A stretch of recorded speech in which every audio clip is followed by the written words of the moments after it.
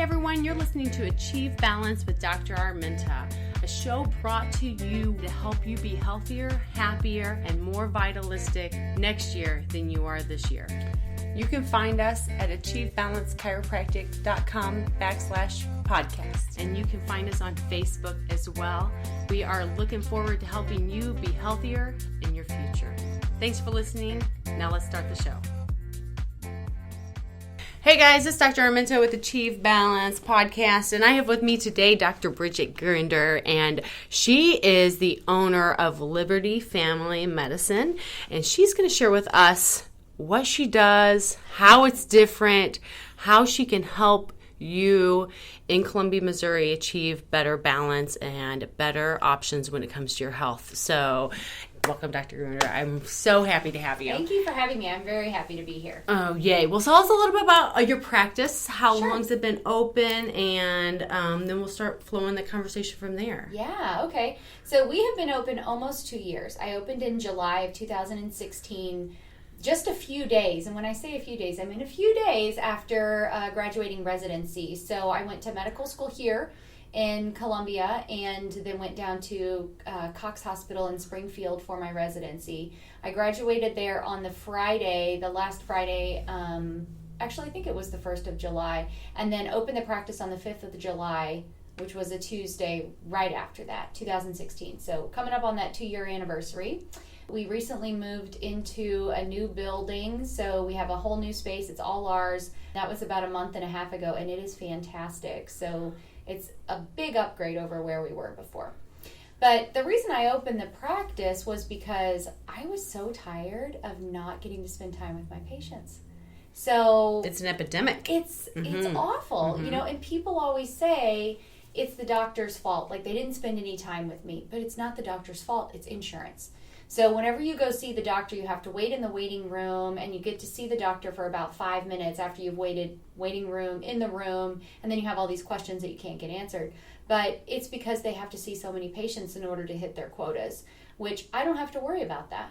So I, in residency, was getting extremely frustrated, having to see so many patients, not getting to spend any time with them and really follow up on all the stuff that was important to them, and also to me, making sure that they were, you know, progressing in their goals and working towards their wellness.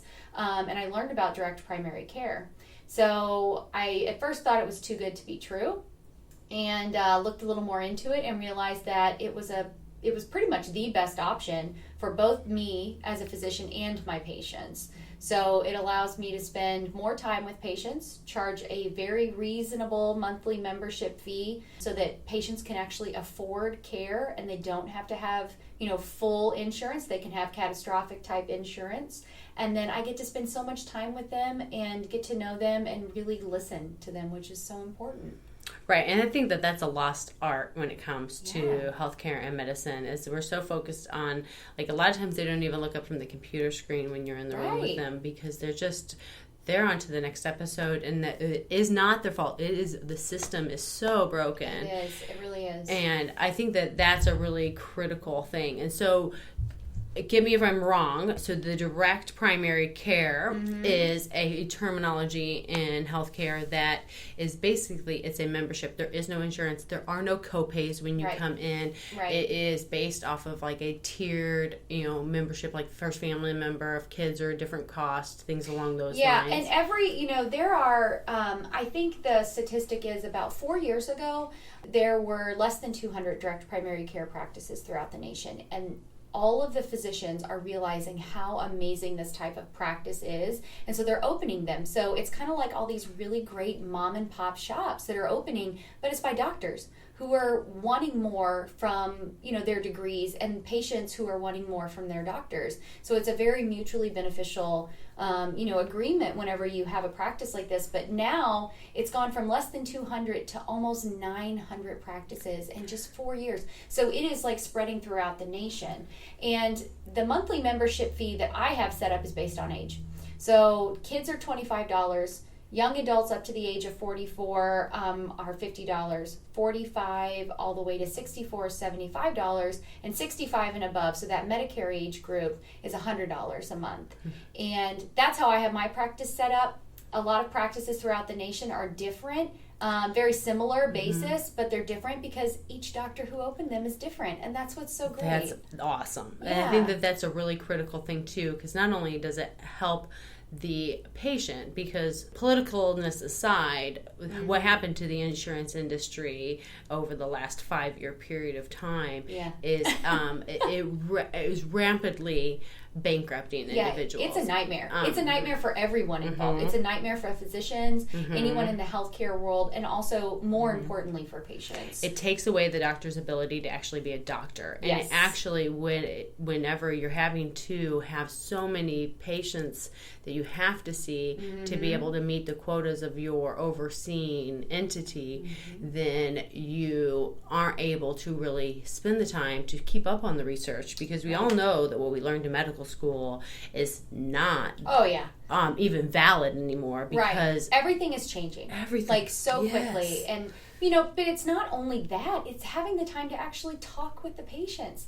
There are so many times that you have patients come in and they want to talk to you about these 3 things, but you want to talk about these 3 things, and so you have to kind of pick and choose and have them come back for another appointment, and that's because you only have so much time. But when they come back, they have another copay. And one of the other great things about direct primary care, at least the way I do mine, is that I have that technology access. So how convenient is it to be able to text or email your doctor and not have to worry about going in? I don't charge a per visit fee. So whenever you come in, I don't get paid anything extra. I'm having you come in because I feel like I need to actually see you. But sometimes it's not necessary and it will save you time, so you can just email or text. But I'm not making you come in to get a copay. It's so simple. Everything I do in the practice is extremely transparent, and I think that transparency and simplicity is what's missing from healthcare right now, and that's what people really need, is that honesty. Absolutely. So. Another thing is, I wanted to talk about what, your practice, what, you see A to Z, top to bottom. It can be sore throat. It can be stitches. It can be, there are so many different aspects. So what we're doing as a society is we have all these urgent care clinics set up, and then we're accessing urgent care. I know that just over our getting to know one another over the last 6 months or so, that you are absolutely accessible. I mean, you were at the Como Wellness Conference. One of your folks were having heart, chest pain and some different palpitations. You sent your husband to go get. No, I went. You went yourself. So you went and got the EKG machine, and then just impromptu. Let's either put you at rest, or let's see if this is an actual emergency that we have to deal with. And that again, it's the beauty of the practice. I can do it the way I feel it needs to be done, and I know better than anyone. So we touched on this. I can, see A to Z, like you said. I am a family medicine trained physician, and that means that I went to medical school for 4 years, just like all physicians who are MDs or DOs, and I did a residency training afterwards. And I chose family medicine because I love seeing everyone. And in family medicine, you can see kids, adults, geriatric patients. You can see people in the hospital and deliver babies. And I got full training in all of that. Now, I've decided, the way my practice is set up, that I don't want to be in the hospital because it takes time away from the clinic and my family, which again is part of, this move that I'm doing, is trying to be more present as a mom and a spouse and things like that. But also OB has a lot of potential complications, and I'm leaving that up to people who have more time to devote to that. And that was a choice. I could do it, but I just chose not to. But taking those 2 things out of what I was trained to do still leaves a huge amount that I am able to do. So I can see any colds or viruses or sore throats or, any type of bacterial infections. I can do procedures in the clinic. For instance, I can sew somebody up if they have an issue. If they need a cast and it's a simple fracture, I can take care of that. If they need a toenail removed, if they have skin tags that need to be removed. I love it. There's so many different things. I can do well woman care and pap smears, preventive maintenance. So things that everybody, and I harp on this all the time, things that people should be going in once a year to talk with their doctor about, even if they're healthy. Absolutely. They need to be doing that. Preventative care is so powerful. It is. And they've already paid me they've already paid. So come in, let me check your blood pressure. Let's talk about any screening that needs to be done and keep you healthy. Nice. So, you also like to educate yes. as well. And Yes. so that's a big thing. I know that you do walk and talk with Doc at the office because your new space backs up to the trail, which is awesome. And it's so nice to be able to do that. And I think that the education piece is another component that's missing out of a lot of healthcare these days. Absolutely. I know that you're very big on education too with your patients. Huge with and it. In my opinion, I would love it if all of my patients were off of medications. I am a Western trained doctor. I went to medical school, but I don't need to have that paternalistic power saying I am always right and this is the way it's going to be done. I want you to be able to fix your problems by yourself if they can be fixed by you. Right. You know, and there are so many Absolutely. natural remedies I feel like have gone to the wayside that need to be brought back to the forefront because they can be so helpful without putting harmful chemicals in our body. That being said, sometimes you need medications. Right. And I'm so happy that I got the training that I did so that I can do all of that. That's awesome. And really be able to talk with the patients and individualize the plan based on each individual person. I think that that is so huge. And you give time to focus on that individual person instead of Yes. thinking protocol. This is okay. So let's deductive reasoning and here try this and then come back next week. And if it hasn't worked, we'll try something new. Right. And you have consistent access with it. You also do radio though. Yes. So every 2 weeks, what station are you on? What show is it? It's 93.9 The Eagle, and so it's through Zimmer, and I've been doing that now for almost a year and a half, and I started on that in a different type of way. Gary Nolan is the guy who called me. He does the radio show in the morning, and he called me out of the blue, and he didn't realize that when he called the office phone, it would ring straight to me. And so I went on his show one time, and everyone was so impressed. He's had me come back every other week. So now I'm a regular on the show. It's Wednesdays from 10:30 to 11, and every other Wednesday from 10:30 to 11. And we just talk about, some medical stuff. We answer questions via Facebook or, email or phone calls, and just kind of talk about different things and really, try to educate the public about what it is that I offer and how it might be helpful for them, and then try to answer simple questions that come in that I feel comfortable answering based on what I know about each individual. That's awesome. Yeah. That's awesome. So that's every other week on 99.3. 93.9. 93.9. Thank you The for correcting Eagle. that. The Yeah. Eagle. And do you do the show with Gary still? Yeah, no, we just talk kind of like we're doing right now. Perfect. It's very conversational, and sometimes it gets a little silly, and that's all, fun. I mean, it's very nice to be able to have that kind of back and forth banter with Gary. I love being on with him, and Brian, he also gets in on it too. But it's a lot of fun, so it's a very enjoyable part of my job, and spreading the word and helping people get answers to maybe minimal questions, and then also giving advice. Again, it goes back to that education component. If I'm able to help people take care of their allergies very simply by something I talk about on the show, or maybe poison ivy or the flu or whatever it is I talk about, then that's great. I think I completely agree with that because you said sometimes it gets silly. That's like the education portion. It's like you're getting entertained and educated at the same time, and that makes it not so serious and not so heavy, because it should learning about your health and learning how to take better care of yourself should be an enjoyable process. Whether it's learning how to garden so you can have fresh food, or learning having a cooking class so you know how to cook that fresh food, to learning about ways to take better care and have access to folks like yourself and docs that have the time and are going to look at a broader perspective of your overall health, instead of doing the fastest thing to go to this. Call me in, whatever. Right. Yeah, exactly. And it's a different way of looking at things,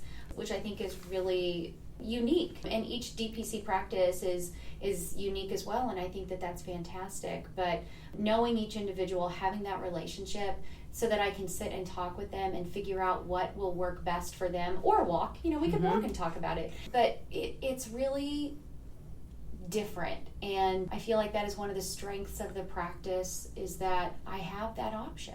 Right. And it's like medicine the way medicine used to be. Because when we were growing up as kids, your family physician knew all about, we grew up in a small town too. They knew about the whole family right. too. It wasn't just one person. Everybody saw a family physician. And when you look at healthcare, full on, overall mind, body, you have to look at the entire family unit. You have to look at, like, oh my goodness, so we have, Johnny, he has autoimmune, and Dad's got a different autoimmune, and Mom, what are these guys getting exposed to in their environment that can be causing this, instead of just treating the symptomatology that comes along with it. So you get a aerial perspective over that with patients. Another part of that too is just stresses.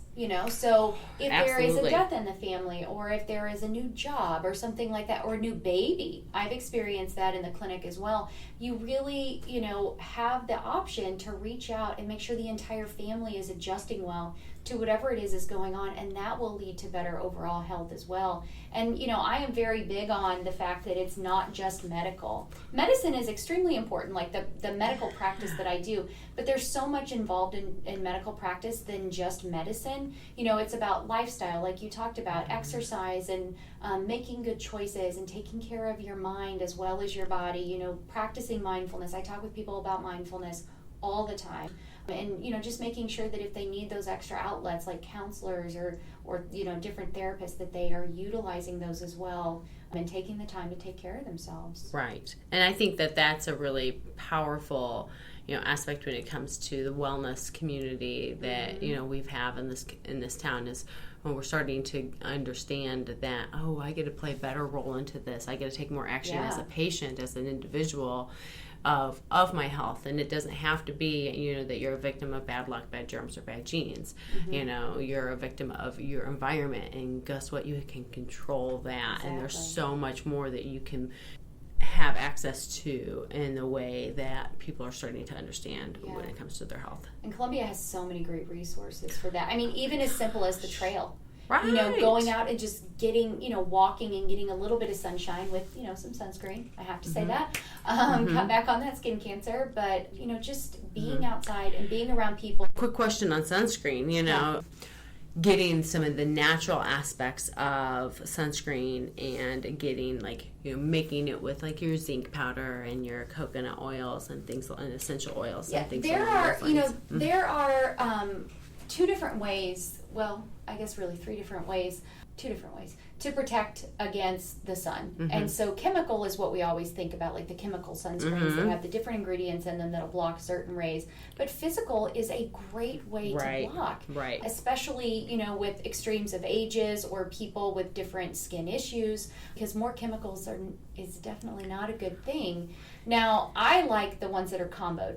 That way you get the best protection possible. But you also have to make sure you're applying correctly. So, a physical component would be, making sure you're wearing clothes that are longer, making sure you're wearing, the wide-brimmed hats, and then also the zinc type products will help with that, because they create that physical barrier on your skin to reflect the sun's rays.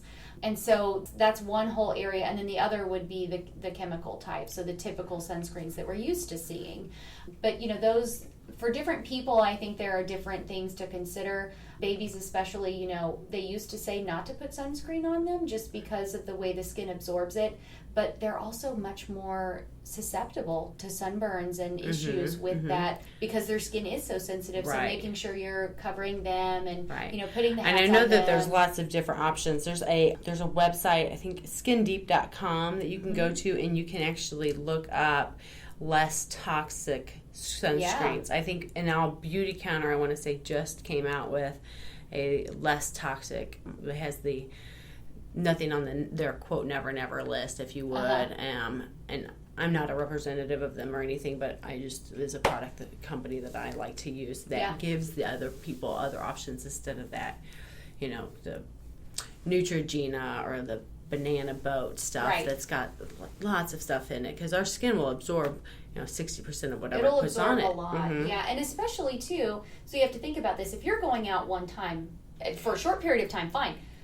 But you have to reapply, and people always forget that. They're like, oh, it's good for a few hours. 3-4 hours later, they've remembered they haven't reapplied it. I go outside. My skin is so fair. I go outside for 10 minutes, and I feel like my skin's burning off. So everybody is at a different level. But the recommendation is different based on what you're doing. Right. So if you're in the water, you really should be reapplying about every 80 or 90 minutes, if not sooner, depending on what you're doing. Same thing if you're doing something that's, you're getting really sweaty with. And, at a minimum, still every 2 hours. If you're just out doing normal stuff where you don't have that water involved. Right. But people don't apply or reapply correctly, and that's where a lot of those sunburns will come from. That's awesome. And then making sure that they take care of their skin after the fact, with like coconut oil and and coconut oil is great. It's one of my favorites. It absorbs so quickly, and it's really healthy for the skin. But, some people could have sensitivities to that. So again, knowing you and knowing what works for you, and if you don't know, figuring that out is really important. And not just thinking that, what's on the shelves at like the box stores is all that there is, because it's not. Right. I actually start to gear my patients to stay away from that stuff as much as possible. Like, what did great grandma use? How do we stay as natural as possible? Because all of those additives, they bioaccumulate over time, and they can eventually cause some issues with that. So tell our folks, how can they find you? How can they have access to learn more about you besides the radio show on Wednesdays from 11 or 10:30 to 11? Yep. We have Facebook, and we're Liberty Family Med. So if you look us up on Facebook, we're there. Our website is libertyfamilymed.com. So same kind of thing. Perfect. And then our phone number for the office is 573-445-5366. Perfect. And I'll put all of that stuff in the show notes with links and stuff along those lines. So if you're getting this off of iTunes, you can get those show notes and get a hold of her. And then also we'll link her Facebook page to our Facebook post whenever we launch this as well. So Very good. You also do a lot of educational classes to talk about the direct primary care access as well. You are doing one tomorrow night, but this won't launch until after that. Do you do those tonight. Tonight? No, it's tonight. So that's something that we were really wanting to do, and we're just kind of like getting our feet under us, I feel like now. So that's something we really want to work on.